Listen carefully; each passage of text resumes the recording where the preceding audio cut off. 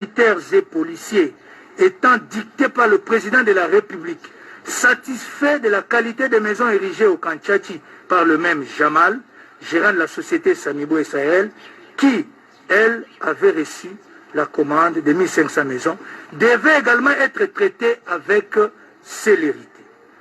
En outre, il relève que, tout en soulignant que ce dernier marché a bel et bien été agréé par la Direction générale de contrôle des marchés publics, par l'émission de son avis de non-objection y afférent, il était de son devoir de demander au ministre des Finances et du Budget, ainsi qu'au gouverneur de la Banque centrale du Congo, de prendre, chacun en ce qui le concerne, les dispositions idoines pour rendre possible l'exécution de ces marchés qui donc, à ses yeux, étaient régulièrement gagnés par le prévenu. Pour rendre possible l'exécution de ces marchés qui donc, à ses yeux, étaient régulièrement gagnés par le prévenu. La loi au défi d'apporter la preuve contraire.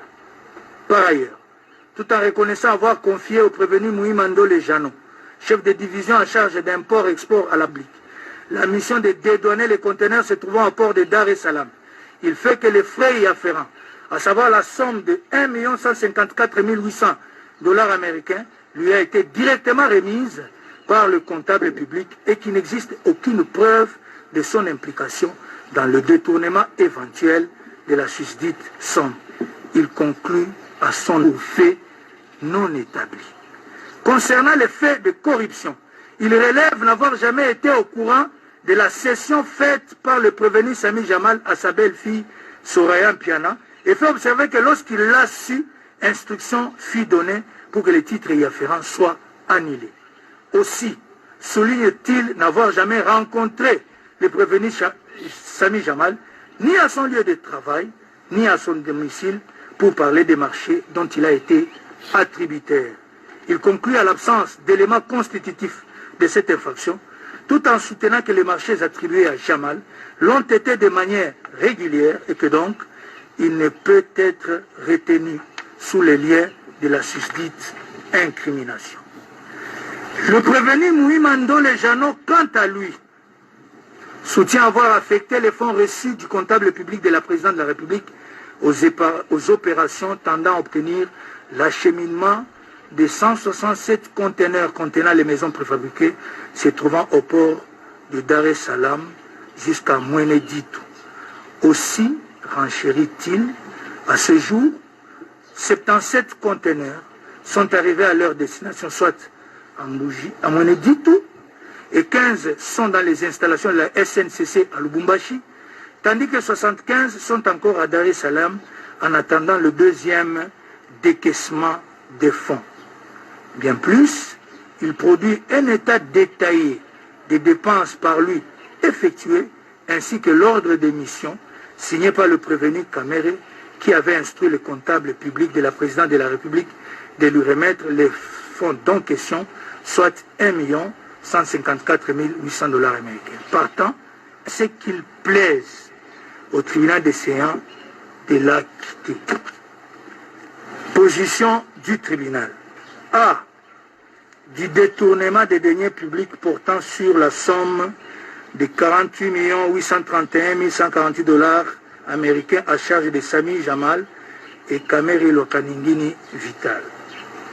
En droit, l'article 145 du Code pénal, livre 2, dispose que tout fonctionnaire ou officier public, toute personne chargée d'un service public ou parastatal, toute personne représentant les intérêts de l'État ou d'une société étatique au sein d'une société privée, parastatale ou d'économie mixte en qualité d'administrateur, de gérant, de commissaire aux comptes ou tout autre titre, tout mandataire ou préposé des personnes énumérées ci-dessus, qui aura détourné des deniers publics ou privés, des effets en tenant lieu, des pièces, titres, actes, effets mobiliers qui étaient entre ses mains, soit en vertu, soit en raison de sa charge, sera puni de 1 à 20 ans de travaux forcés. Il en découle que les éléments ci-après doivent être réunis pour que l'infraction de détournement des deniers publics soit établie. La qualité de l'agent, l'objet de l'infraction, la victime, l'acte incriminé et l'intention criminelle. Relativement à la qualité de l'agent, la doctrine enseigne qu'il doit s'agir d'un fonctionnaire ou agent public ou d'une personne chargée d'un service public. Mineur, commentaire du Code pénal, page 320. Bien plus, le décret loi numéro 017/2002 du 3 octobre 2002 portant code d'éthique de l'agent public définit l'agent public de l'État comme toute personne qui exerce une activité publique de l'État et ou rémunérée par ce dernier. Aussi, résulte-t-il de l'examen de celui-ci que le personnel politique et administratif de la présidence de la République est considéré comme un agent public. En outre, la doctrine précise que par personne chargée d'un service public, il faut entendre celles qui sont dépositaires ou comptables, qui sans être fonctionnaires ou officiers publics, sont institués pour un intérêt d'ordre public et qui reçoivent des deniers ou effets en vertu de leur charge. Mineur obsite. Aussi a-t-il été jugé que la qualité de fonctionnaire ou de personne chargée d'un service public est un élément essentiel pour justifier l'application de l'article 145 du Code pénal. Cour suprême de justice, RP 271, du 27 juin 1979, in Odonsumbu, obsite, page 80.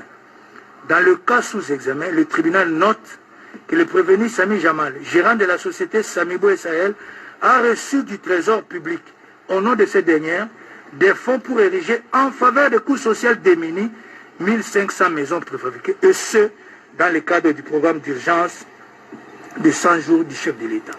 En outre, il fait observer qu'au terme de l'ordonnance du 25 janvier 2019, a été nommé directeur de cabinet du président de la République.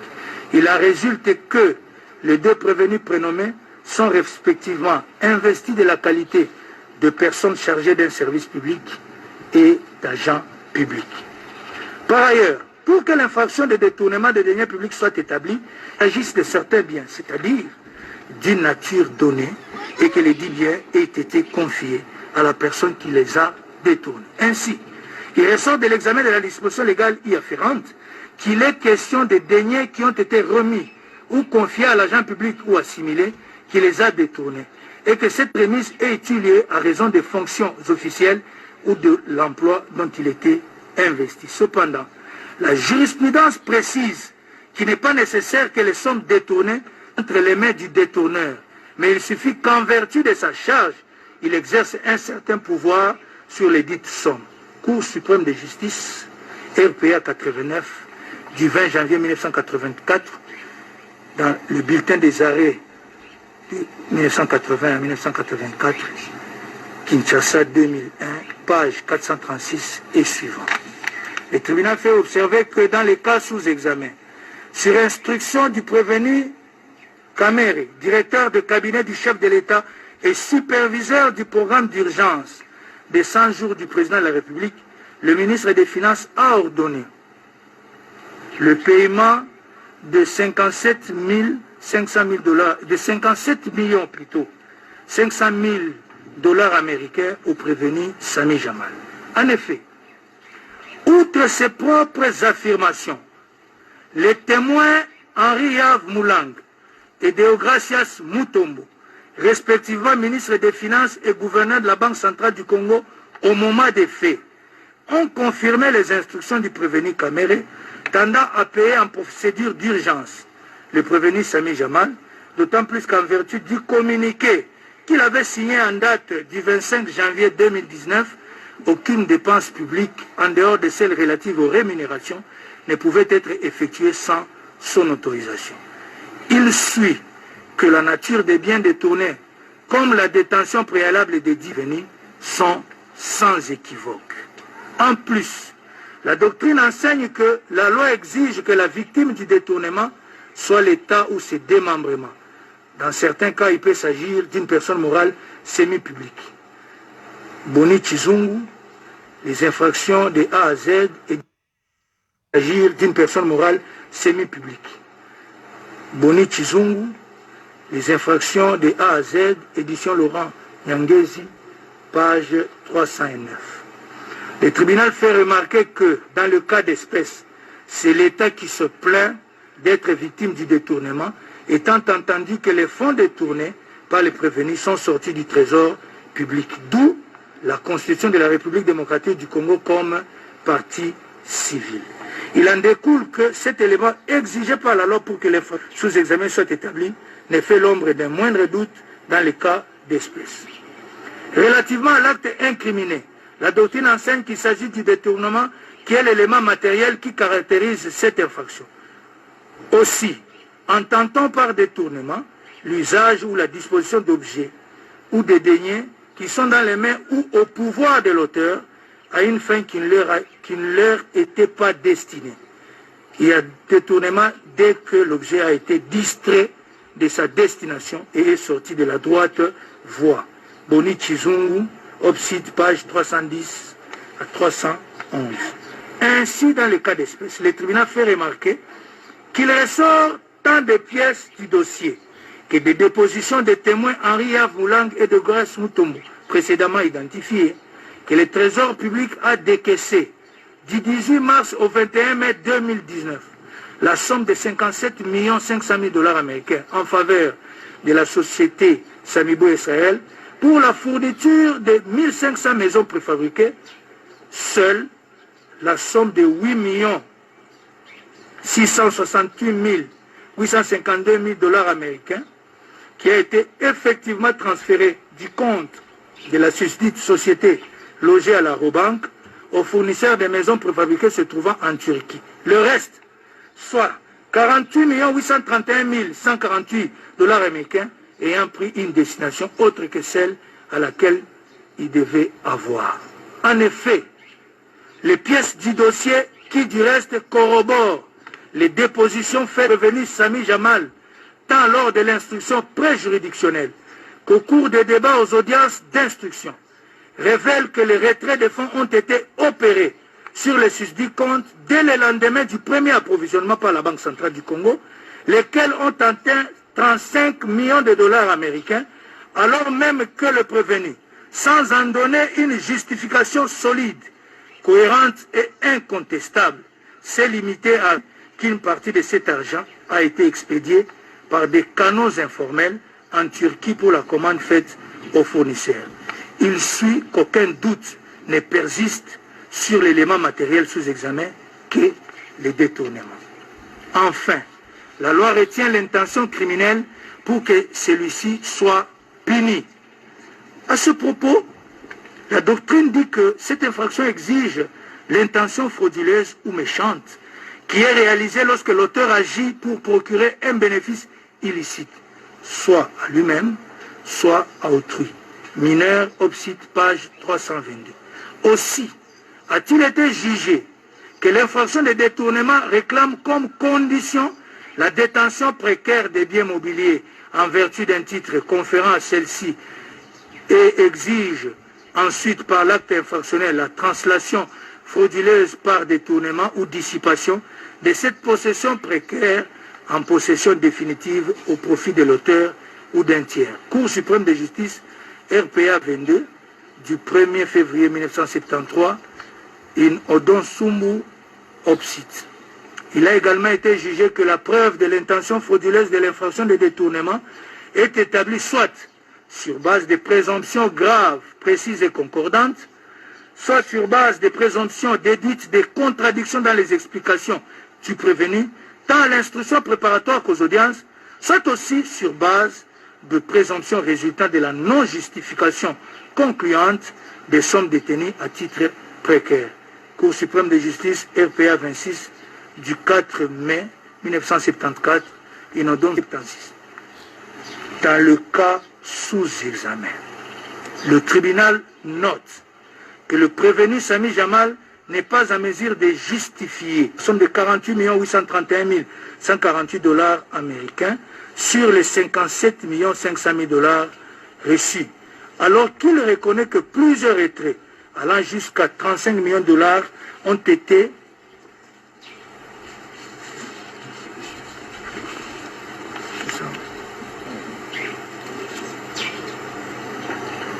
possession ont été en possession précaire, en possession précaire, en possession définitive au profit de l'auteur ou d'un tiers.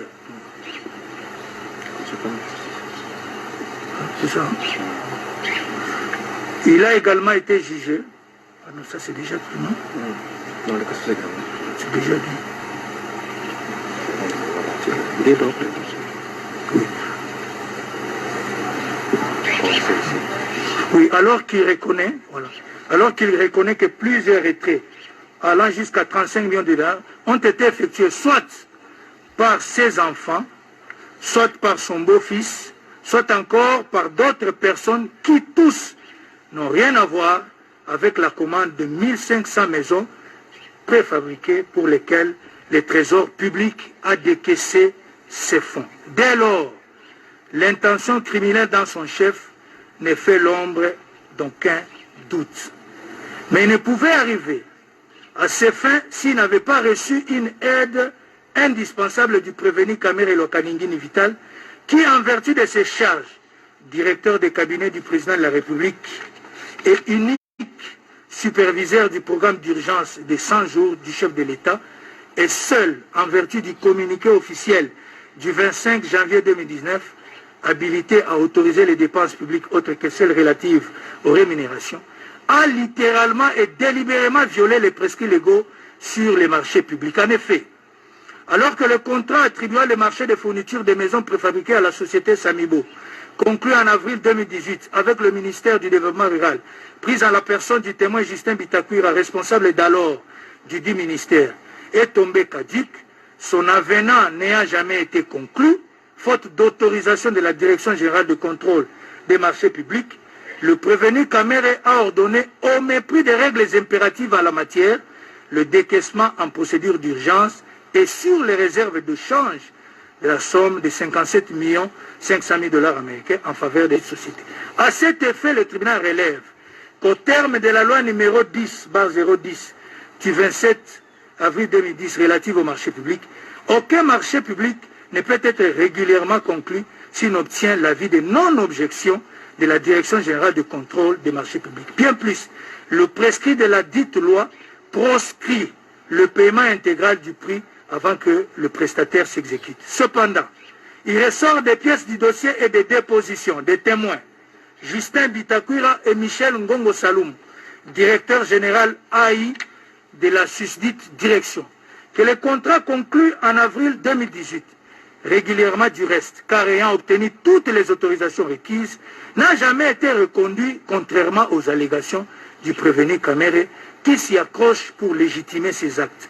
Ainsi, son intention frauduleuse découle également de sa volonté de gérer ce dossier en toute opaque. Pendant son audition au parquet et devant le tribunal des séances, qu'une supervision composée des ministres sectoriels, des ministres des Finances et Budget, ainsi que du gouverneur de la Banque centrale, était mise en place à la présidence de la République pour agréer sa maison retenue dans le programme d'urgence du chef de l'État, le témoin Bitakwira, ministre du Développement rural d'alors, a déclaré n'avoir jamais été invité à la présidence de la République pour prendre part à une telle réunion.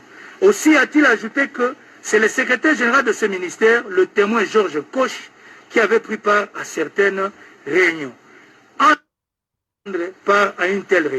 Aussi a-t-il ajouté que c'est le secrétaire général de ce ministère, le témoin Georges Koch, qui avait pris part à certaines réunions. Entendu, ce dernier reconnaît avoir pris part à 2 réunions, mais dont l'objet était l'approvisionnement des milieux ruraux en eau potable et l'aménagement des routes de dessertes agricoles. Il n'a jamais été question de maisons préfabriquées. Bien plus, contrairement au soutènement du prévenu Kamere, lors de son audition devant le ministère public, le témoin Kochi a déclaré n'avoir représenté le ministre Bitakwira à une réunion de la supervision du programme d'urgence à la présidence de la République. Pour leur part, les témoins de Gracias Moussis et Jacques, ainsi que Peter Kazadi, tous membres de la coordination chargée du suivi du programme d'urgence susvanté, il ressort qu'aucune réunion portant sur le marché d'érection de maisons préfabriquées n'a été tenue. Mais seul Justin Kamere, jeune frère du prévenu, Badaga Afi Ebaniwesize Jacques, originaire du territoire de Walungu et membre du parti politique UNC comme le prévenu, ont reçu de manière informelle, c'est-à-dire sans qu'aucune réunion de la coordination soit régulièrement convoquée, les délégués de Samibo, prétendument pour s'enquérir de la capacité de cette entreprise à honorer ses engagements. Par ailleurs, il n'est pas inutile de souligner que le témoin Henri Yave Moulang a, au cours de sa déposition, soutenu, sans être contredit, que le prévenu Kamere, au condens lui enjoignant de payer en procédure d'urgence, lui a fait comprendre par un appel téléphonique qu'il devait tout faire, même en recourant aux réserves d'échange, pour payer le prestataire.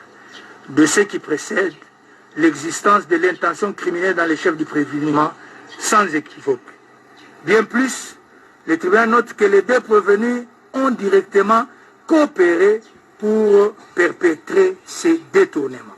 En effet, l'article 21 du Code pénal livre 1er dispose que sont considérés comme auteurs d'une infraction notamment ceux qui l'auront exécuté ou qui auront coopéré directement à son exécution, ainsi que ceux qui par un fait quelconque auront prêté pour l'exécution une aide telle que, sans leur assistance, l'infraction n'y pu être commise. Ainsi, il est des jurisprudences que constitue une aide nécessaire, prévue à l'article 21 du Code pénal livre 1er, et sans laquelle l'infraction de détournement des deniers publics n'eût pu être commise de la manière qu'il l'a été, la passation des marchés imaginaires en vertu duquel les fonds ont été utilisés en paiement.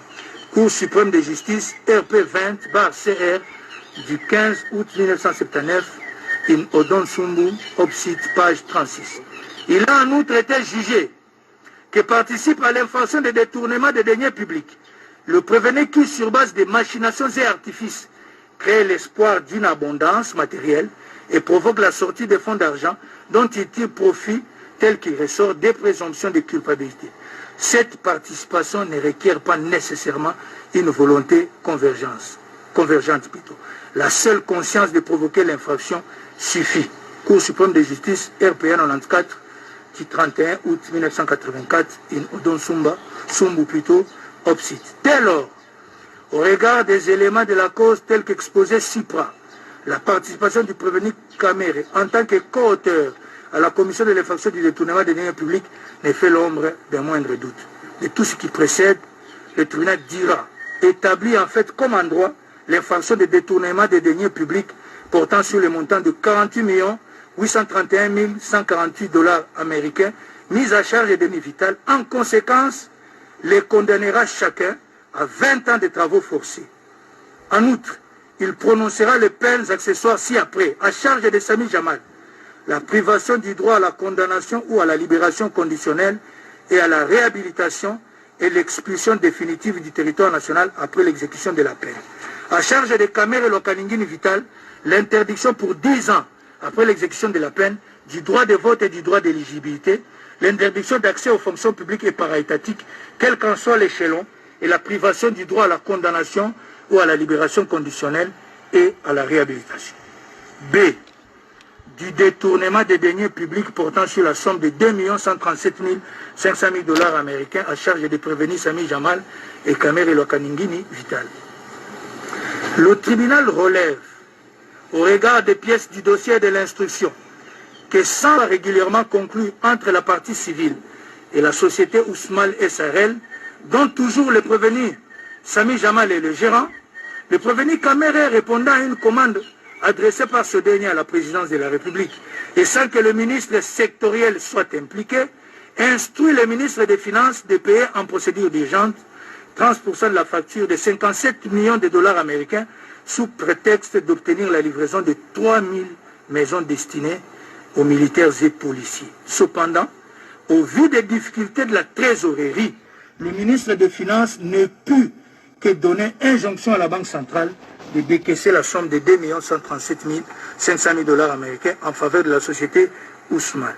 Le tribunal note qu'il n'existe aucune preuve que ces fonds ont été utilisés pour passer la commande sus-indiquée. En plus, depuis lors, le prévenu Sami Jamal n'a livré les maisons promises, se limitant à affirmer sans administrer ni promettre irrélative que 31 conteneurs se trouvent à Matadi. Entendu au cours de l'audience publique du 4 juin 2020, les témoins Chiwewe Christian, général-major et commandant de la garde républicaine, a soutenu sans être contredit qu'au camp Tchachi se trouve érigé 211 maisons, faisant partie du lot de 300 maisons qui devraient être livrées dans le cadre du marché Samibo, et que la demande exprimée par les militaires d'avoir 700 autres maisons dans le cadre du marché Ousmane n'a jamais été satisfaite. Par ailleurs, le témoin Michel Ngongo Saloumou, qui reconnaît avoir autorisé la passation de ce marché de gré à gré, mais soutient n'avoir jamais, comme l'indique sa correspondance versée au dossier, donné un avis de non-objection, pouvant ainsi rendre le dit marché régulier. Ainsi donc, comme dans le cas du marché Samibo, le prévenu Kamere est resté insensible au respect des règles impératives de passation des marchés publics et a autorisé le paiement en urgence de la facture de Ousmane. Au vu des dispositions légales et jurisprudentielles sus-évoquées, tous les éléments constitutifs de l'infraction de détournement des deniers publics sont établis en fait et en droit à charge des prévenus Sami Jamal et Kamere Lolkaningini Vital. En conséquence, le tribunal les condamnera chacun à 10 ans de travaux forcés ainsi qu'aux peines accessoires ci-après. À charge de Sami Jamal, la privation du droit à la condamnation ou à la libération conditionnelle et à la réhabilitation ainsi que l'expulsion définitive du territoire national après l'exécution de la peine. À charge de Kamere Lolkaningini Vital, l'interdiction pour 5 ans après l'exécution de la peine du droit de vote et du droit d'éligibilité, l'interdiction d'accès aux fonctions publiques et para-étatiques, soit l'échelon, et la privation du droit à la condamnation ou à la libération conditionnelle et à la réhabilitation. C. Du détournement des deniers publics, l'échelon, et la privation du droit à la condamnation ou à la libération conditionnelle et à la réhabilitation. C. Du détournement des deniers publics portant sur la somme de 1 154 800 000 $ américains à charge des prévenus Kamere Lolkaningini Vital et Moui-Mando Lejano. De l'examen des pièces du dossier et de l'instruction de la cause, il ressort que sur l'instruction du prévenu Kamere, le témoin Ngunda Muzumbu José, comptable public à la présidence de la République, a remis en date du 21 août 2019 la somme de 1 154 800 $ américains au prévenu Moui-Mando Lejano, chef de division chargé de l'import-export à la présidence de la République, ce pour procéder au dédouanement des conteneurs contenant des maisons préfabriquées. Cependant, le tribunal note que d'une part, le contrat de fourniture des susdites maisons n'ayant jamais été régulièrement conclu, l'avenant au contrat d'avril 2018 n'ayant jamais reçu l'avis de non-objection, comme l'a indiqué le témoin Michel Ngongo Saloumou, directeur général AI de la Direction générale de contrôle des marchés publics, et d'autre part, en lisant le susdit contrat en vertu duquel le prévenu Kamere prétend avoir donné ses injonctions, il est stipulé à son article 6 que les frais afférents à la parfaite exécution du marché sont à charge du prestataire. Bien plus, il fait observer qu'une exonération douanière en vertu d'une décision du ministre des Finances prise à la requête du même prévenu, a été accordée à Samibo. Ainsi, il résulte de ce qui précède que c'est sans soubassement juridique, légal ou contractuel, que ce dernier a ordonné le décaissement de ces fonds du trésor public. En plus, le tribunal relève que le prévenu Moui-Mando Lejano a reconnu avoir effectué des dépenses n'ayant aucun lien avec le dédouanement. Il affirme avoir payé son titre de voyage et fait face aux frais relatifs à sa restauration et son logement avec l'argent prétendument destiné au dédouanement des conteneurs, alors que paradoxalement, il était détenteur d'un ordre de mission signé par le prévenu Kamere. Le tribunal relève que le prévenu Moui-Ma donne, sans le prouver, des détails sur les dépenses par lui effectuées, de tout ce qui précède, qui vient d'être dit. Et au regard des éléments du droit, précédemment développés, le tribunal de Séan constate que tous les éléments constitutifs de l'infraction de détournement des deniers publics sont réunis. Partant, il dira celle-ci établie en fait et en droit à charge des prévenus Kamere Lolkaningini Vital et Moui-Mando Lejano et les condamnera chacun à 2 ans de travaux forcés. Il prononcera à leur charge en plus les peines accessoires suivantes. L'interdiction pour 5 ans après l'exécution de la peine, du droit de vote et du droit d'éligibilité, l'interdiction d'accès aux fonctions publiques, quel qu'en soit l'échelon, et la privation du droit à la condamnation ou à la libération conditionnelle et à la réhabilitation. D. Du blanchiment des capitaux à charge du prévenu Samy Jamal. En droit, la loi numéro 04/016 du 19 juillet 2004 portant lutte contre le blanchiment des capitaux et le financement du terrorisme dispose en ses articles 6 et 38, alinéa 9.2, que tout transfert vers l'étranger ou en provenance de l'étranger, des fonds, titres ou valeurs, pour une valeur égale ou supérieure à 10 000 $, doit être effectué par un établissement de crédit ou par son intermédiaire. En outre, sont considérés comme blanchiment des capitaux les actes ci-dessous commis intentionnellement: la conversion, le transfert ou la manipulation des deniers dans le but de dissimuler ou de déguiser l'origine illicite des dits biens, ou d'aider toute personne qui est impliquée dans la commission de l'infraction à échapper aux conséquences juridiques de ces actes. La dissimulation ou le déguisement de la nature, de l'origine, de l'emplacement, de la disposition du mouvement ou de la propriété réelle des biens. L'acquisition ou l'utilisation des biens par une personne qui sait, qui suspecte ou qui aurait dû savoir, dit bien, constitue un produit d'une infraction.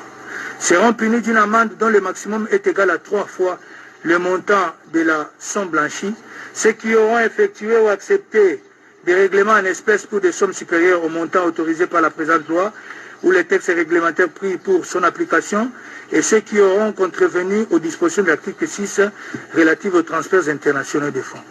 Il se dégage de ce qui précède que l'infraction de blanchiment peut être perpétrée du fait tout simplement de transférer frauduleusement plus de 10 000 $ ou en dissimulant les fonds d'origine illicite. Ainsi, cette dernière infraction de blanchiment requiert pour sa consommation la réunion des éléments que voici. L'existence d'une infraction. Le blanchiment suppose la réalisation antérieure d'une infraction. Cependant, la jurisprudence précise qu'il n'est pas nécessaire que la dite infraction ait été punie. Il suffit donc que le juge de fond constate l'existence de cette infraction antérieure.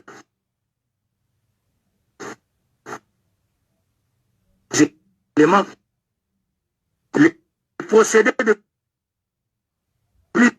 pour donner une justification mensongère à l'origine des biens, fonds ou revenus. C'est donc le moyen auquel l'auteur recourt pour dissimuler ou déguiser l'origine illicite des dits biens, fonds ou revenus.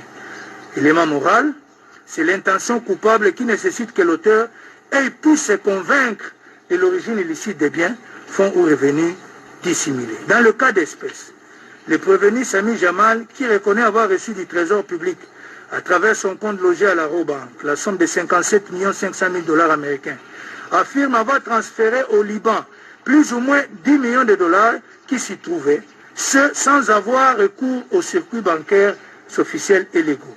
Il en découle que par le simple fait d'avoir transféré à l'étranger plus de 10 000 $ sans observer la réglementation prescrite à cet effet par la Banque centrale, le tribunal retiendra le prévenu Samy Jamal sous les liens de la première prévention du blanchiment des capitaux.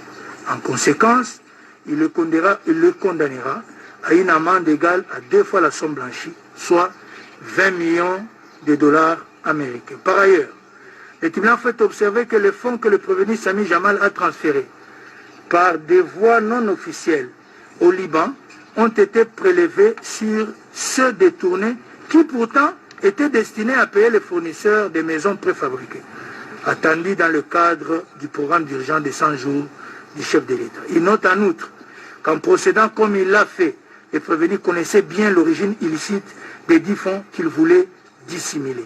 Il en découle que les éléments matériels et moraux de la seconde incrimination de blanchiment des capitaux sont réunis dans son chef. Partant, il la dira établi en fait et en droit et le condamnera à une servitude pénale principale de 10 ans et une amende égale à 2 fois la somme blanchie, soit 20 millions de dollars américains.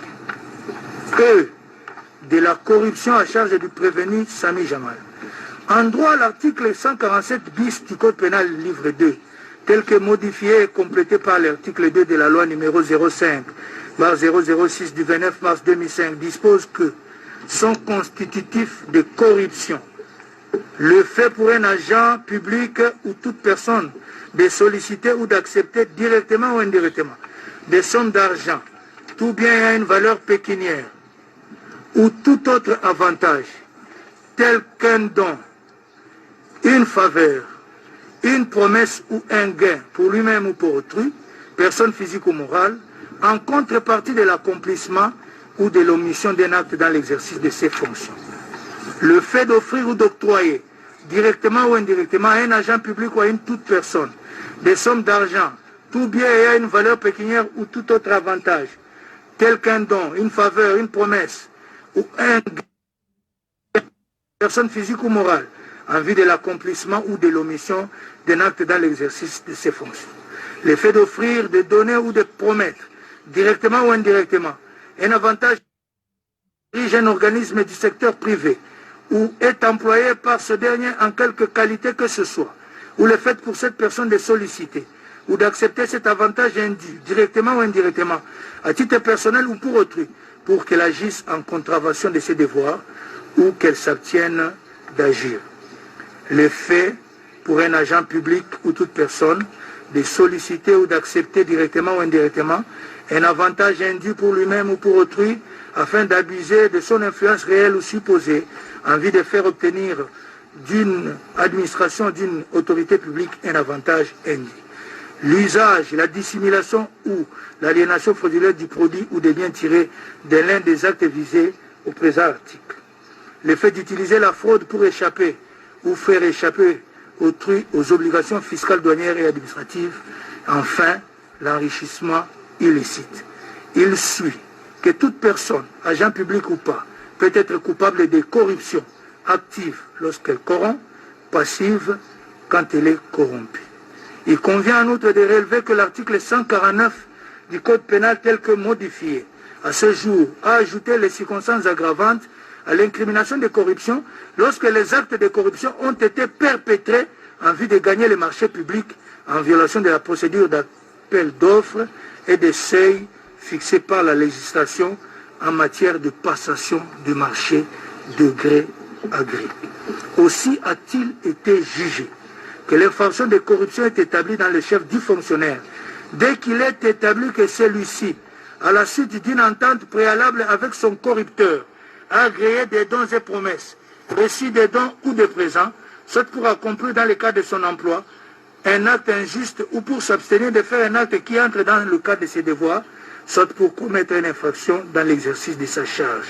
Cour suprême de justice, RPA 22, du 1er février 1973, Odon Sumbu, Obsite, page 66. Dans le cas d'espèce, le tribunal relève que le prévenu Sami Jamal, dont le contrat de fourniture de 900 maisons préfabriquées conclu régulièrement en avril 2018 au prix de 26 500 000 $ américains avec le ministre du Développement rural, n'avait pas prospéré, comme l'a soutenu le témoin Pierre Kangoudia Mbaye, ministre du budget de l'époque. Pris contact avec le témoin Daniel Changalou King alias Massaro, cousin du prévenu Kamere. Aussi fait-il remarquer qu'il fit, en date du 23 janvier 2019, soit 2 jours avant que ce dernier soit nommé directeur de cabinet du président de la République, cession d'une partie de sa parcelle située sous la baie d'Engaliema et mesurant 50 sur 100 mètres à mademoiselle Soraya Mpiana, belle-fille du prévenu Kamere. Le tribunal relève que dans sa déposition, faite au cours de l'audience publique du 4 juin 2020, cette dernière a déclaré ignorer totalement cette... Cependant, le témoin Daniel Changaloume King alias Massaro a, après avoir confirmé cette assertion, reconnu avoir délibérément donné le nom de Soraya Mpiana à son donateur, le prévenu Sami Jamal, qui a soutenu avoir fait cette offre à ce dernier pour le récompenser pour des marchés qui lui a fait gagner. En outre, alors qu'à l'audience publique du 11 mai 2020, ce dernier a déclaré n'avoir jamais rencontré le prévenu Kamere, le tribunal fait observer qu'au cours de l'audience du 4 juin 2020, il a confirmé les allégations du témoin Pierre Kangou Diambaye, selon lesquelles il l'avait trouvé un jour dans l'antichambre du bureau du prévenu Kamere, prêt à être reçu par ces derniers. Aussi a-t-il ajouté qu'il a été reçu pendant 3 ou 5 minutes dans le cadre des démarches tendant à faire aboutir le dossier du marché Samibo. Bien plus, le tribunal note qu'en date du 25 avril 2020, le prévenu Sami Jamal a encore fait cession de sa concession mesurant 70 sur 100 mètres située sur la baie d'Engalema ayant une valeur de 100 000 $ américains à Soraya Mpiana, représenté devant le conservateur des titres immobiliers par Massao. Aussi relève-t-il que ce dernier a déclaré que mademoiselle Soraya ignorait toutes ces opérations. Cependant, le témoin Kilangalanga, conservateur des titres immobiliers d'Engalema au moment des faits, a lors de sa déposition au cours de l'audience publique du 4 juin 2020, soutenu avoir opéré la mutation en présence des parties. Massaro est présenté sans être contredit par Sami Jamal et a donc représenté Soraya Piana. Il a en outre dit avoir remis les titres de Jamal au témoin Molendo Sakombi, ministre des Affaires foncières et membre de l'UNC, le parti politique dont le prévenu Kamere est le président. Et celui établi au nom de Soraya Piana à Daniel Kanyemesha, chef de division du cadastre et proche du prévenu Kamere. En pour battre en brèche les dénégations de ce dernier, le témoin Kilangalanga a soutenu avoir annulé les certificats établis au nom de Soraya à la suite de la 16 janvier 2019, non pas à cause de l'opposition de ce dernier qu'il a mis au défi d'en produire la preuve, mais sur injonction du parquet saisi par Jamal pour corriger une erreur de l'emplacement du lieu cédé. Le tribunal relève que ce dernier n'a pas contesté cette affirmation. De ce qui vient d'être dit, il ressort que le prévenu Sami Jamal a fait toutes ses offres, non pas à Soraya Mpiana, mais certainement au prévenu Kamere, pour obtenir son implication dans l'attribution en sa faveur des marchés des maisons préfabriquées dont la procédure a du reste été décriée supra. Ainsi, le tribunal dira, établi en fait comme en droit, les 2 préventions de corruption mises à charge du prévenu Sami Jamal et le condamnera à une servitude pénale principale de 15 ans et à une amende de 1 million de francs congolais constants ou une servitude pénale subsidiaire de 6 mois. De la corruption à charge du prévenu Kamere Lokaningin, sans qu'il soit nécessaire de reprendre les développements juridiques exposés si haut, le tribunal fait observer qu'il résulte des pièces du dossier et de l'instruction de la cause que le témoin Kilangalanga a déclaré avoir reçu de Daniel Shangalume Kingi alias Massao, cousin du prévenu Kamere, l'identité complète de Soraya Piana pour lui permettre d'établir les titres consécutifs aux sessions faites par le prévenu Sami Jamal et que ceux-ci ont été remis à un proche du prévenu Kamere, en l'occurrence M. Daniel Kanyemesha.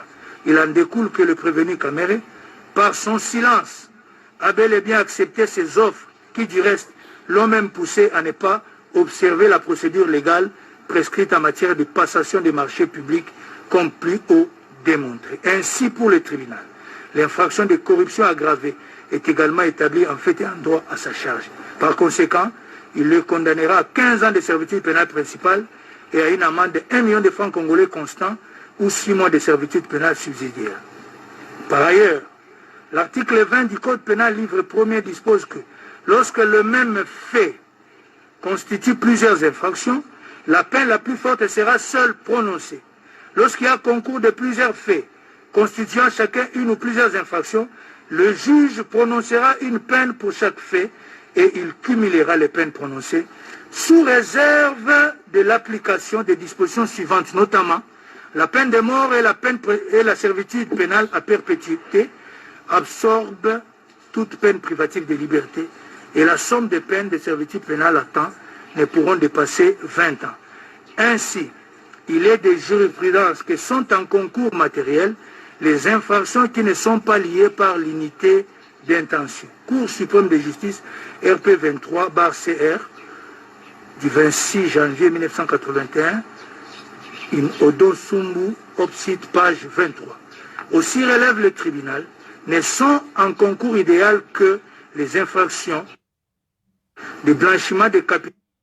Aussi relève le tribunal, ne sont en concours idéal que les infractions de blanchiment de capitaux commises par le prévenu Sami Jamal, car liées par l'unité d'intention criminelle, tandis que toutes les autres infractions sont en concours matériel. Il en découle que pour celles qui sont en concours idéal, le tribunal fera application du principe d'expression pénale, alors que pour les autres, il cumulera les peines sans préjudice des restrictions légales 6 évoquées. Par ailleurs, le tribunal note que du prescrit de l'article 14 du Code pénal livre 1er, il ressort que la confiscation spéciale s'applique aux choses qui ont été produites par l'infraction. À ce propos, la doctrine enseigne que les choses produites par l'infraction toujours être confisquées, quels que soient les propriétaires, et elle précise que d'une part, le prononcé de la confiscation est une obligation pour le juge qui ne peut se dispenser de l'infliger parce qu'il existerait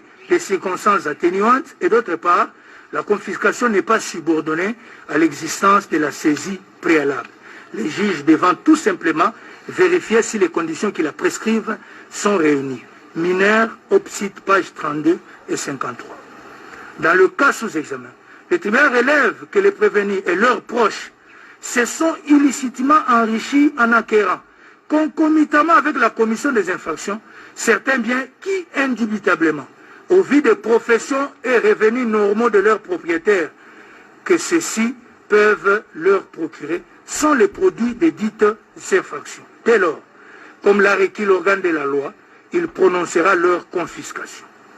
En outre, l'article 85 du Code de procédure pénale dispose que l'arrestation immédiate peut être ordonnée s'il y a lieu de craindre que le condamné ne tente de se soustraire à l'exécution de la peine et que celle-ci soit de 3 mois de servitude pénale au moins. Dans le cas d'espèce, le tribunal relève qu'étant condamné à 2 ans ferme de travaux forcés, le prévenu Moui Mandole Janon risque de se soustraire par la fuite à l'exécution de cette peine. Ainsi, il ordonnera son arrestation immédiate. De tout ce qui précède, il recevra l'action civile, la dira fondée et allouera à la partie civile les toutes équités à l'équivalent en francs congolais de 150 millions de dollars américains, estimant que le montant de 200 millions de dollars sollicités est exorbitant. Néanmoins, il n'ordonnera pas la restitution telle que sollicitée par la partie civile, motif pris de ce que les fonds détournés ne sont pas saisis. En effet, il a été jugé que d'ordre public et entraîne cassation partielle avec renvoi. Les moyens pris de la violation de l'article 15 du Code pénal livre 1er, en ce que l'arrêt a ordonné la restitution des biens non saisis. Cour suprême de justice, RP 360/361, du 29 juillet 1980, in Odon Sumbu, Opsite, page 50. S'agissant de l'action réconventionnelle introduite par le prévenu Sami Jamal, bien que recevable, elle sera déclarée non fondée en ce que les faits mis à sa charge sont établis. De tout ce qui vient d'être dit, le tribunal condamnera le prévenu au fait de la présente instance à raison du tiers pour chacun. Par ces motifs, le tribunal statuant publiquement et contradictoirement à l'égard de toutes les parties, vu la Constitution de la République, spécialement son article 162, vu la loi organique numéro 13/011B du 11 avril 2013 portant organisation, fonctionnement et compétences des juridictions de l'ordre judiciaire, vu le Code de procédure pénale, vu le Code pénal en ses articles 5, 14, 145 et 147 bis, vu la loi numéro 04/016 du 19 juillet 2004 portant lutte contre le blanchiment des capitaux et le financement du terrorisme à ses articles 1.1, 6, 37 et 38 alinéa 9.2, vu la loi numéro 10/010 du 27 avril 2010 relative au marché public, vu le décret loi numéro 017/2002 du 3 octobre 2002 portant code d'éthique de l'argent public, vu le décret numéro 10 numéro 10/22, du 2 juin 2010, portant manuel des procédures de la loi relative au marché public. Vu l'arrêté d'organisation judiciaire numéro 299/79 du 20 août 1979 portant règlement intérieur des cours, tribunaux et parquets en son article 150, le ministère public entendu reçoit les déclinatoires de compétences soulevées par le prévenu Sami Jamal, mais le dit non fondé. En conséquence, le rejette et se déclare compétent. Reçoit mais dit non fondé la fin de non-recevoir tirée de l'obscurité du libellé soulevé par le même prévenu. En conséquence, la rejette. Dit irrécevable l'exception d'inconstitutionnalité soulevée par les prévenus Sami Jamal et Kamere Lokaningini Vital. En conséquence, dit qu'il n'y a pas lieu à surséance. Dit établi en fait et en droit l'infraction de détournement des deniers publics portant sur le montant de 48 831 148 000 dollars américains à charge des prévenus Sami Jamal et Kamere Lokaningini Vital. En conséquence, les condamne chacun à 20 ans de travaux forcés et prononce en outre l'interdiction pour 10 ans après l'exécution de la peine du droit de vote et du droit d'éligibilité en ce qui concerne les prévenus Kamere Lokaningini Vital. L'interdiction d'accès aux fonctions publiques et para-étatiques, quel qu'en soit l'échelon à charge du même prévenu. La privation du droit à la condamnation ou à la libération conditionnelle et à la réhabilitation à charge de tous les deux prévenus. L'expulsion exclue du territoire de la République après l'exécution de la peine à charge du prévenu Sami Jamal. Dit établi en portant sur le montant de 2 137 500 dollars américains à charge des prévenus Sami Jamal et Kamere Lokaningini Vital. En conséquence, les condamne chacun à 10 ans de travaux forcés et prononce en outre l'interdiction pour 5 ans après l'exécution de la peine du droit de vote et du droit d'éligibilité en ce qui concerne les prévenus Kamere Lokaningini Vital, l'interdiction d'accès aux fonctions publiques et para-étatiques, quel qu'en soit l'échelon à charge du même prévenu, la privation du droit à la condamnation ou à la libération conditionnelle et à la réhabilitation à charge de tous les deux prévenus, l'expulsion définitive du territoire national après l'exécution de la peine contre le prévenu Sami Jamal. Dit établi en fait comme en droit à charge des prévenus Kamere Lokaningini Vital et Moui Mandole Janon l'infraction de détournement des deniers publics portant sur la somme de 1 154 800 dollars américains. En conséquence, les condamne chacun à 2 ans de travaux forcés et prononce en outre contre tous deux l'interdiction pour 5 ans après l'exécution de la peine du droit de vote et du droit d'éligibilité, l'interdiction d'accès aux fonctions publiques et para-étatiques, quel qu'en soit l'échelon, la privation du droit à la condamnation, à la libération conditionnelle et à la réhabilitation. Dit établi en fait et en droit les deux préventions de blanchiment des capitaux mises à charge du prévenu Sami Jamal et les condamne pour la première à une amende de 20 millions de dollars américains et pour la seconde à 10 ans de servitude pénale principale et une amende de 20 millions de dollars américains. Dit établi en fait et en droit l'infraction de corruption mise à charge du prévenu Sami Jamal et les condamne en conséquence à une servitude de 15 ans et une amende de 1 million de francs congolais constant ou une servitude pénale subsidiaire de 6 mois. Dit également établi en fait comme en droit la prévention de corruption à charge du prévenu Kamere Lokaningini Vital et le condamne à une servitude pénale principale de 15 ans et une amende de 1 million de francs congolais constant ou une servitude pénale subsidiaire de 6 mois. Dit que les deux infractions de amende de 1 million de francs congolais constant ou une servitude pénale subsidiaire de 6 mois. Dit que les deux infractions de blanchiment de capitaux commises par le prévenu Sami Jamal le sont en concours idéal. Par conséquent, l'unique peine la plus forte soit 10 ans de servitude pénale principale et une amende de 20 millions de dollars américains. Dit en revanche que les autres infractions commises par les prévenus Sami Jamal et Kamere Lokaningini Vital le sont en concours matériel, partant, cumulent les peines et prononcent à leur encontre la peine de 20 ans de travaux forcés chacun, ainsi que les peines accessoires ci-après. L'interdiction pour 10 ans après l'exécution de la peine du droit de vote et du droit d'éligibilité en ce qui concerne le prévenu Kamere Lokaningini Vital, sont publiques et para-étatiques, quel qu'en soit l'échelon à charge du même prévenu, la privation du droit à la condamnation ou à la libération conditionnelle et à la réhabilitation à charge de tous les deux, l'expulsion définitive du territoire de la République après l'exécution de la peine à charge du prévenu Sami Jamal. Ordonne la confiscation des fonds contenus dans les comptes dénommés Amida Chatir, Soraya Mpiana et Shangalume Kingi Daniel alias Massaro, ainsi que des propriétés immobilières acquises avec les fonds détournés et qui sont couvertes par les titres ci-après établis au nom des personnes suivantes. Le contrat de location numéro 13-48/2019 AD 44 commis d'Engaliema au nom de Shangalume Daniel. Le certificat d'enregistrement AKN AD 193 commis de Kasavubu au nom de Mpiana Daïda.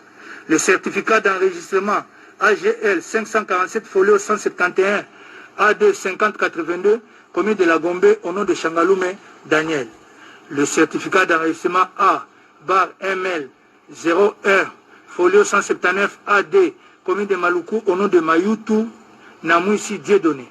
Le certificat d'enregistrement NN 45 folio 33 AD 71860 commune de Lancélé au nom de Amida Chatur Kamere.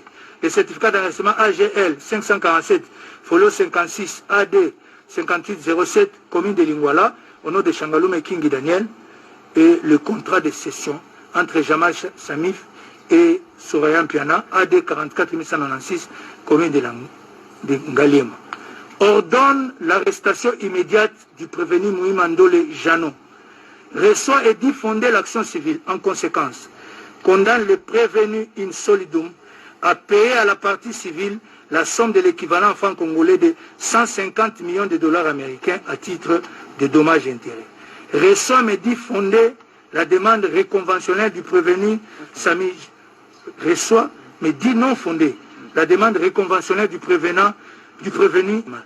Condamne chacun des prévenus à payer un tiers des frais d'instance payables dans les délais légaux. À défaut, ils subiront une contrainte par corps de 30 jours. Ainsi jugé et prononcé par le tribunal de grande instance de Kinshasa Gombe, lycéen en matière répressive au premier degré, à son audience publique du 20 juin 2020, à laquelle ont siégé les magistrats Bakenge Vita, président de chambre, Kasunda Ngeleka et Mukaya Kaembe, juge, avec le concours de Lumbu Kachewa, officier du ministère public, et l'assistance de Nyamakila, greffier du siège. Maison. Tchassa Makamu.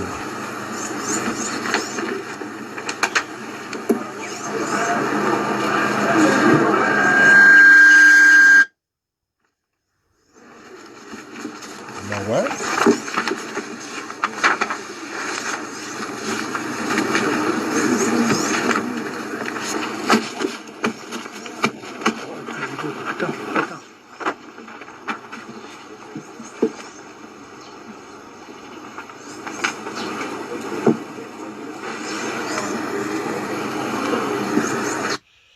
Bon, Bakangi Biloko ya Massaro.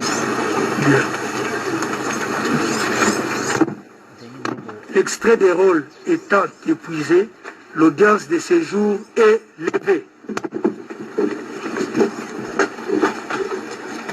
Voilà, donc, mesdames et messieurs, l'audience vient d'être levée. Vital Kamere vient d'être condamné, Sami Jamal vient d'être condamné, et Monsieur Mouima, nous allons avoir nos spécialistes maison. C'est vrai que nous l'avons vu sur le mur, vous êtes très nombreux à ne pas saisir correctement, comme moi, c'est quoi la vraie condamnation, c'est quoi la condamnation finale, qu'est-ce que nous pouvons retenir donc de ce jugement d'aujourd'hui par rapport à tout ce qui a été dit. C'est de ça que nous allons parler avec nos spécialistes maison, ils sont là avec nous aujourd'hui. Maître Adolphe Mopotu Mogbaya est en direct avec nous depuis New York, et puis le professeur Christian Kabange est aussi en direct avec nous depuis